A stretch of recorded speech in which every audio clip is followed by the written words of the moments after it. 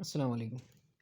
Fourth unit में आज हम देखेंगे कि balance between fluency and accuracy. ठीक है, तो फ्लुएंसी और एक्यूरेसी के ऊपर मैंने एक वीडियो बनाया हुआ है, इंशाल्लाह मैं जल्दी ना उसको पोस्ट करूँगा। तो हम इसमें देखेंगे कि क्या बैलेंस कितना होना चाहिए फ्लुएंसी और एक्यूरेसी में, वो हम देखेंगे। It is important to understand the difference and relationship between the fluency and accuracy, यानी दोनों में क्या फ़र्क है। दो अलग अलग चीज़ें हैं, फ्लुएंसी अलग चीज़ है, एक्यूरेसी अलग चीज़ है, तो इनका फ़र्क समझना हमारे लिए ज़रूरी है। Some teachers tend to take them in same line. कुछ टीचर्स क्या समझते हैं कि फ्लुएंसी और एक्यूरेसी एक ही चीज़ है, लेकिन ऐसा नहीं है। The teaching of a teacher must focus on the needs of his student. जब टीचर की टीचिंग होती है उसमें उसने बच्चे की जो ज़रूरत है एजुकेशन की, उस पर टीचर ने नज़र रखना। The question of whether it is more important to work on accuracy और fluency in the language classroom remains to be answered. यानी किस चीज़ की ज़्यादा ज़रूरत है बच्चों में, फ्लुएंसी की ज़्यादा ज़रूरत है इस वक्त, क्या एक्यूरेसी की ज़रूरत है। तो इस पर भी क्या करना, थोड़ा सा कॉन्सेंट्रेट करना चाहिए टीचर ने। Many teachers believe that the fluency is गोल। कई टीचर्स जो रहते हैं वो क्या समझते हैं कि सिर्फ फ्लुएंसी हमारा गोल होगा इंग्लिश के अंदर। The teacher should work hard to achieve this goal with his student who are at fairly advance level. Other teachers strong in the belief that the learning of language is about communication, feel that fluency should be the main goal in their teaching and that it should be practiced right from the start. कुछ teachers क्या करते हैं, उनका पहला गोल होता है कि भाई फ्लुएंसी बच्चों में पैदा करना है, और वो क्या करते हैं, स्टार्ट से उसकी प्रैक्टिस बच्चों से करवा लेते हैं। More traditional teachers tend to give accuracy greater importance, more liberal teachers towards the fluency. कुछ जो पुराने टीचर्स हैं वो क्या करते हैं, पहले एक्यूरेसी पे मेहनत कराते हैं बच्चों के। Often a rigid educational system where test and exam are the focus of all activities will have student and their traditional teachers believe that language accuracy is what matter most।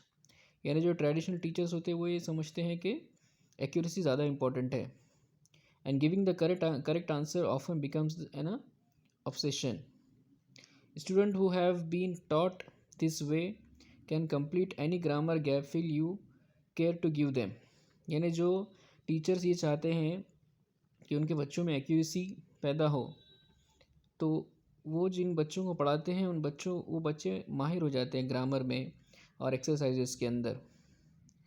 Till struggle to order a coffee in a real English speaking situation but will struggle. लेकिन वो बच्चे क्या करते हैं, practical communication में थोड़े week हो जाते हैं, लेकिन थेरोटिकल जो फील्ड होती है जहाँ पर एग्ज़ाम होता है वहाँ पे ऐसे बच्चे जो टीचर्स उनके एक्यूरेसी मेहनत कराते हैं वो बच्चे थेरोटिकल एग्ज़ाम में आगे जाते हैं, लेकिन प्रैक्टिकल कम्युनिकेशन में थोड़ा सा वीक हो जाते हैं। On the other hand a more communicative approach will produce student who can converse at length on almost any subject but could well make horrendous spelling and grammatical mistake in their writing। लेकिन इसके बरखिलाफ़ अगर हम देखेंगे fluency में, तो fluency पे अगर सिर्फ आप मेहनत करेंगे तो फ्लुएंट तो हो जाएंगे बच्चे, लेकिन क्या करेंगे, कुछ ग्रामेटिकल मिस्टेक्स करेंगे। ठीक है, सेंटेंस कंस्ट्रक्शन में भी कुछ ना कुछ, लिटरेचर के अंदर भी कुछ ना कुछ गड़बड़ कर देंगे, वोकेबलरी के अंदर भी मिसयूज़ कर देंगे वोकेबलरी को। We can refer to the example of many people who can speak very fluently like American and British, but they would make grammatical mistake here and there which could be very painful to ears of grammarians। मतलब क्या है कि कुछ लोग बहुत fluency से English बोलते हैं लेकिन इस कदर गलतियाँ करते हैं वो ग्रामर में और मिसयूज़ करते हैं वोकेबलरी में।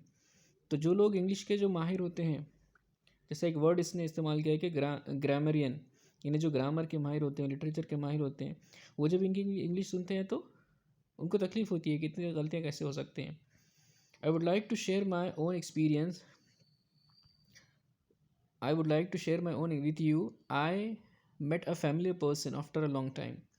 This time he started speaking English much fluently.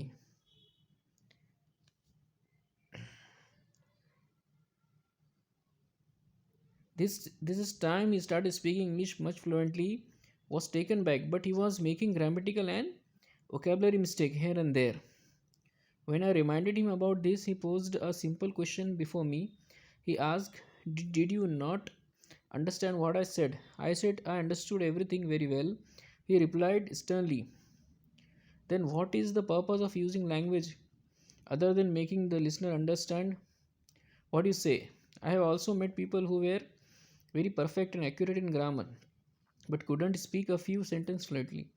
यानी इन्होंने एक तजुर्बा बताया कि उनके एक दोस्त थे, उन्हें मिले जो बहुत फास्ट इंग्लिश बोलने लगा था, लेकिन उसने क्या किया, ग्रामेटिकल गलतियाँ किया। अब लेकिन कुछ लोग ऐसे भी होते हैं जो ग्रामर में बहुत फास्ट होते हैं लेकिन वो फ्लुएंट इंग्लिश नहीं बोल पाते हैं।